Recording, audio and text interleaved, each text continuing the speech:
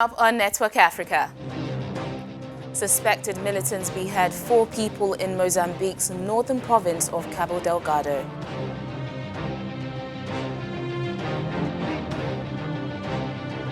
Police in Pretoria, South Africa arrest 17 people in connection with a violent day-long protest that saw foreign-owned businesses being looted and torched. Plus, the World Health Organization warns that the world is backsliding in the fight against measles as global cases are 3 times higher than last year.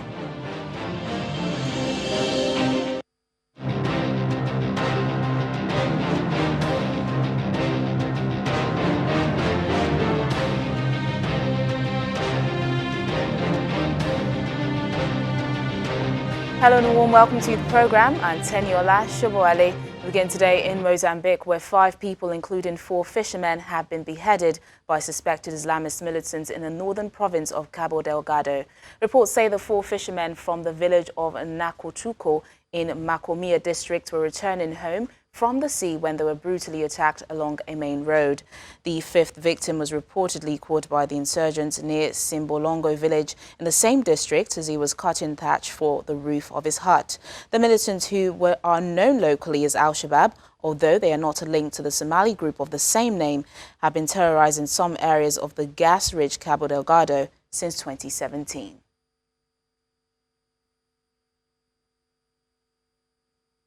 Now, a group of Nigerians have staged a violent protest at the Nigerian High Commission in Pretoria, South Africa's capital.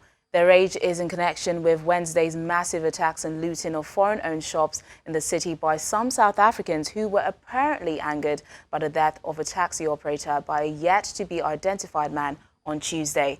17 people have been arrested after the looting spree, but the Nigerians allegedly affected besides the High Commission in anger today, destroying the gate of the mission before they were stopped. Well, our South Africa Bureau Chief Betty Dibia joins us now on the program to tell us a bit more. Betty, this is happening one too many times. What exactly do South Africans want? How can this issue be resolved? It's quite touching in the country. For different protests, it's different things. In this particular case, allegedly, because we don't have confirmation yet, somebody was shot on Tuesday, a taxi driver, who was supposedly confronting a drug dealer. There is a problem of drugs being taken by young people, and there are people who sell these drugs to them.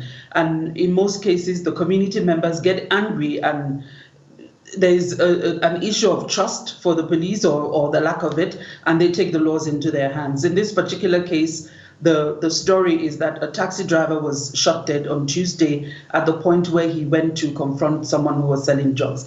And they believe that it's destroying the community, the young people in the community. Many of them are addicted. There's a high rate of addiction of the nyaupe, which is a cocktail of a very, very strong addictive drug, and among others. So that's the story in this particular case. Other cases, you have the issue of jobs or not. But this is the story in this particular case. And it's unfortunate someone has died. But a lot of people, too, have lost a lot of things. Shops were burned.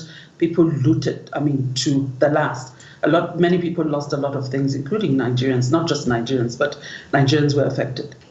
Yeah, Betty, some of the reasons given for these attacks on foreigners, you've already mentioned a few of them, is that they indulge in crime, sell illegal goods, and are stealing jobs. Well, what about the contributions these foreigners are making to the growth of the South African economy? Why isn't the government playing that up? Government tries to be politically correct in saying some things, and wise nations know that contributions of migrant business or businessmen plays an immense role in the development of such countries. But here you have a lot of socio-economic issues. Many people are jobless for different reasons,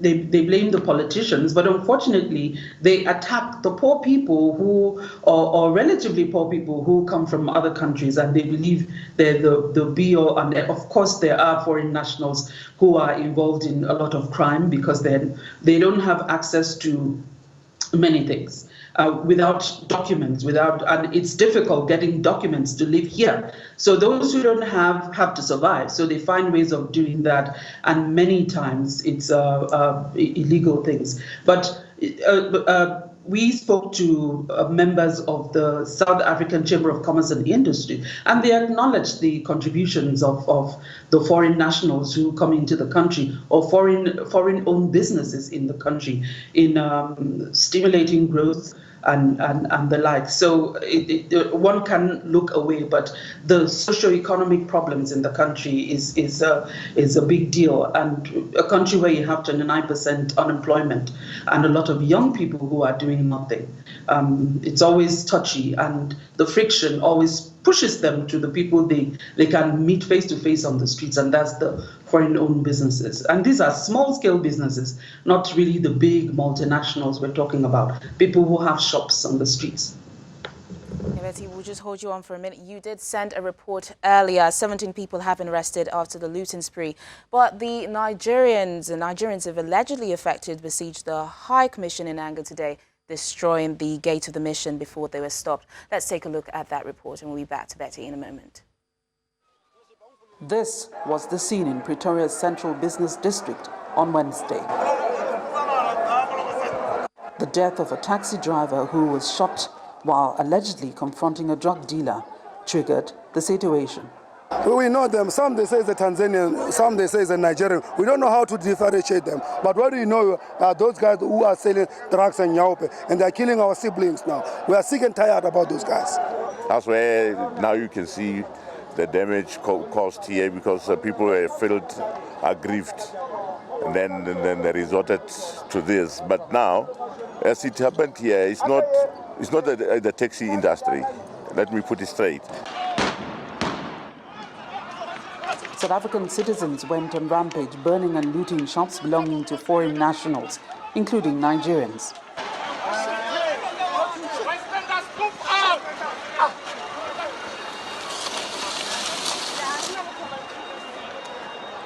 He came to my shop and burned everything to zero.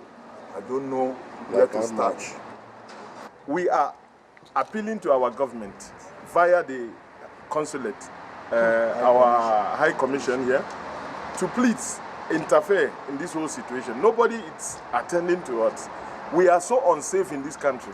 You are destroying what is supposed to protect you. Then where are you going to run to? 9 a.m. Thursday, many Nigerians who claimed to have been affected by the attacks vented their frustration on the Nigerian High Commission premises. According to them, against the ineptitude or the slow action of the representatives here at the High Commission. And the way they went about it was quite unfortunate, because they scaled the fence, they almost destroyed the gate, vandalized the electronics of the second gate, jumped over the other fence until my men were able to speak to them to stop it. They were almost at the point of destroying the glasses of the vehicles.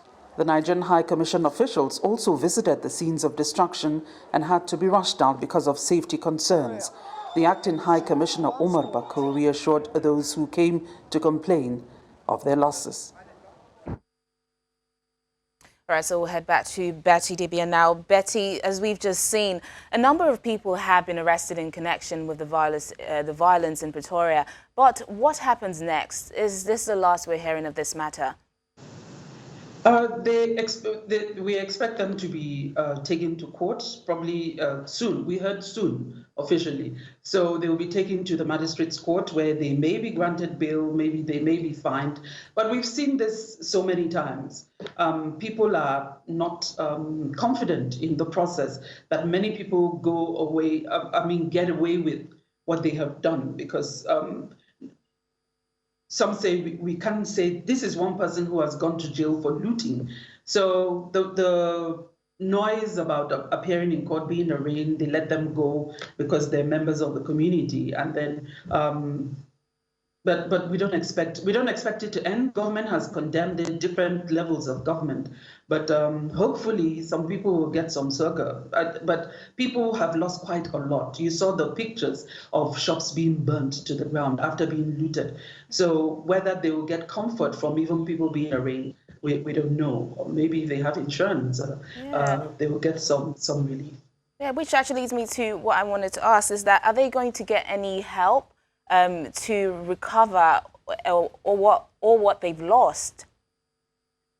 From the experience of those who have, if we remember the Pretoria West incident that happened about 2 or 3 years ago, many of them up till now, they got nothing. So they start again from scratch, except those who have business insurance, maybe they will get something. But, you know, it's always a problem when it's time to claim.